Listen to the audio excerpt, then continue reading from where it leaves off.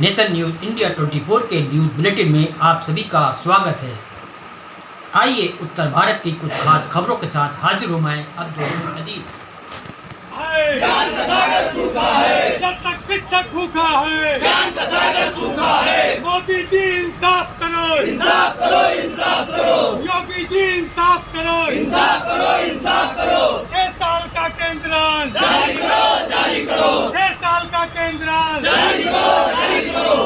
शिक्षक जिंदाबाद, जिंदाबाद, जिंदाबाद। शिक्षक एकता जिंदाबाद, जिंदाबाद, जिंदाबाद। मदरसा आधुनिकीकरण शिक्षक संघ द्वारा शिक्षकों की बकाया मानदेय और उनकी अन्य समस्याओं को लेकर शिक्षक संघ के प्रदेश अध्यक्ष के नेतृत्व में आज एक ज्ञापन स्थानीय जिला प्रशासन को सौंपा गया, जिसमें शिक्षकों के बकाये मानदेय और उनकी अन्य समस्याओं के निस्तारण की मांग की गई है। बोलिएगा 1-2 मिनट में खत्म कर दीजिएगा।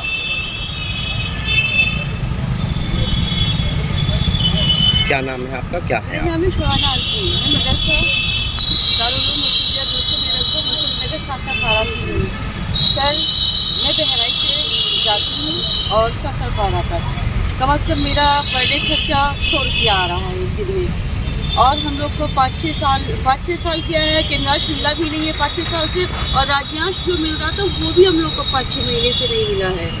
और हम लोग किस तरह से कैसे जाते हैं, किराया करके या कैसे मैनेज करते हैं, क्या होता है, ये सब बहुत परेशानियां चल रही हैं। लेकिन बच्चों को शिक्षा देना है सो हम लोग कंटिन्यू ड्यूटी दे रहे हैं। लेकिन अब अगर पैसा नहीं मिलेगा तो हम लोग क्या करेंगे? हमारे बहुत से भाई लोग लगे हुए हैं, बहनें लगी हैं, बहुत से लोग लगे हैं, उनसे घर का खर्चा भी चल रहा है।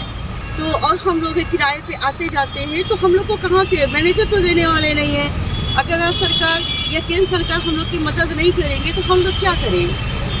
हम मंत्री जी से आग्रह कर रहे हैं कि वो हम लोग का कुछ ध्यान दें और इसका निवारण निकालें। मैं हाजी समीउल्लाह खान शुएब, प्रदेश अध्यक्ष मदरसा आधुनिकीकरण शिक्षक संघ उत्तर प्रदेश। आज आप लोग भारी संख्या में बहराइच के धरना स्थल पर मौजूद हैं, क्या मामला है?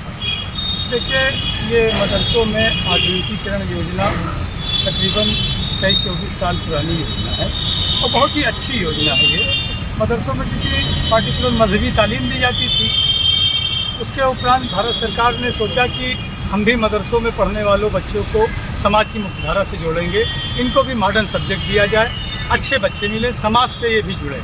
उसके लिए 2 टीचर 3 टीचर इन्होंने मॉडर्नाइजेशन सब्जेक्ट हिंदी, अंग्रेजी, गणित, मैथ, साइंस के लिए रखे गए और बहुत बढ़िया चलती रही ये योजना। हमेशा भारत सरकार ने इसका सर्वे कराया, डोर टू डोर हमारी योजना का सर्वे हुआ, हमको ट्रेनिंग दी गई, हमको डाइट में प्रशिक्षण दिया गया और सारी व्यवस्था बहुत बढ़िया रही, चलती रही।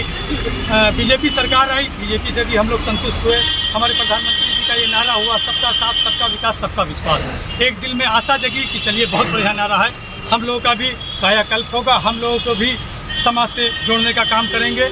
उसके बाद माननीय प्रधानमंत्री जी का एक बहुत बेहतर नारा आया कि चूँकि डॉक्टर राजेंद्र सच्चर कमेटी की रिपोर्ट, रंगनाथ मिश्रा की रिपोर्ट चिल्ला करके कह रही है कि आज की डेट में अक़लियतों का जो अल्पसंख्यक समुदाय है, इनकी हालत बद से बदतर है।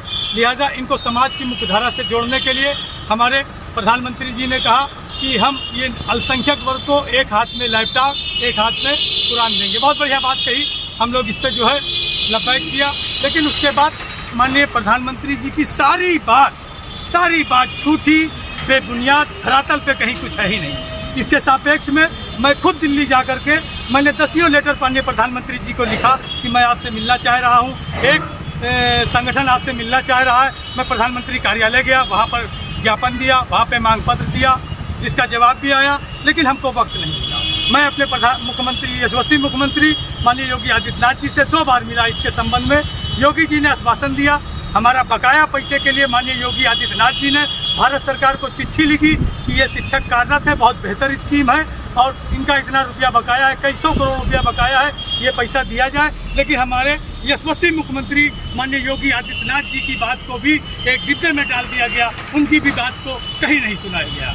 हमारे तत्कालीन मंत्री, उन्होंने भी एक चिट्ठी लिखा उसमें भी कोई एक्शन नहीं हुआ। हम लोग भारत सरकार की मंत्री से मिले, लेकिन कोई एक्शन नहीं मिला। 2000-3000 रुपया उत्तर प्रदेश सरकार हम लोग को अब आप लोग दे क्या रही कदम है। उठा रहे हैं? अब कदम ये उठा रहे हैं कि बड़े अफसोस की बात है कि हमारे साथ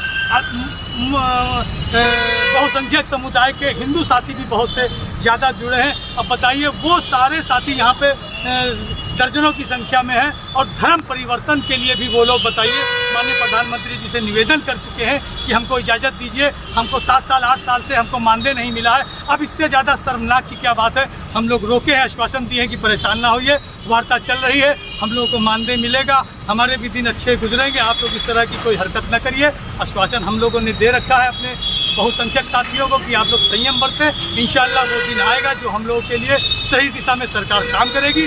और मुझे अपनी उत्तर प्रदेश सरकार के ऊपर पूरा भरोसा है कि ये योजना, चूँकि भारत सरकार चलाने में असमर्थ है, ये योजना उत्तर प्रदेश सरकार चलाएगी। हमारे योगी आदित्यनाथ जी चलाएंगे, बेहतरीन मुख्यमंत्री हैं। हमारे जो कैबिनेट मिनिस्टर हैं धर्मपाल सिंह साहब, बहुत अच्छे मंत्री हैं। दर्जनों बार हमारी मीटिंग हुई है और हम आशा करते हैं कि वो हमारी इस योजना को चलाएंगे। इसी के सापेक्ष में आज हम लोगों ने अपने देवी पाटन मंडल में ये कार्यक्रम किया है। आज से स्टार्ट है, प्रत्येक जिलों में आज से ये कार्यक्रम हमारा स्टार्ट है। जिलाधिकारी के माध्यम से हमारे मुख्यमंत्री तक ये आवाज़ पहुंचेगी। एक ज्ञापन हम लोग आज देंगे अपनी डीएम मैम को, जो हमारा ज्ञापन यहाँ से मुख्यमंत्री तक पहुंचेगा, इसीलिए हम लोग एकत्रित हैं। मदरसा शिक्षक जिंदाबाद, जिंदाबाद, जिंदाबाद। हमारी मांगे पूरी हो, हमारी मांगे पूरी हो। जब तक शिक्षक भूखा है, ज्ञान का सागर सूखा है। जब तक शिक्षक भूखा है, ज्ञान का सागर सूखा है। मोदी जी इंसाफ करो, इंसाफ करो, इंसाफ करो। योगी जी इंसाफ करो, इंसाफ करो, इंसाफ करो। हमारी मांगे पूरी हो, चाहे जो मजबूरी हो। हमारी मांगे पूरी हो, चाहे जो मजबूरी हो। शिक्षक जिंदाबाद।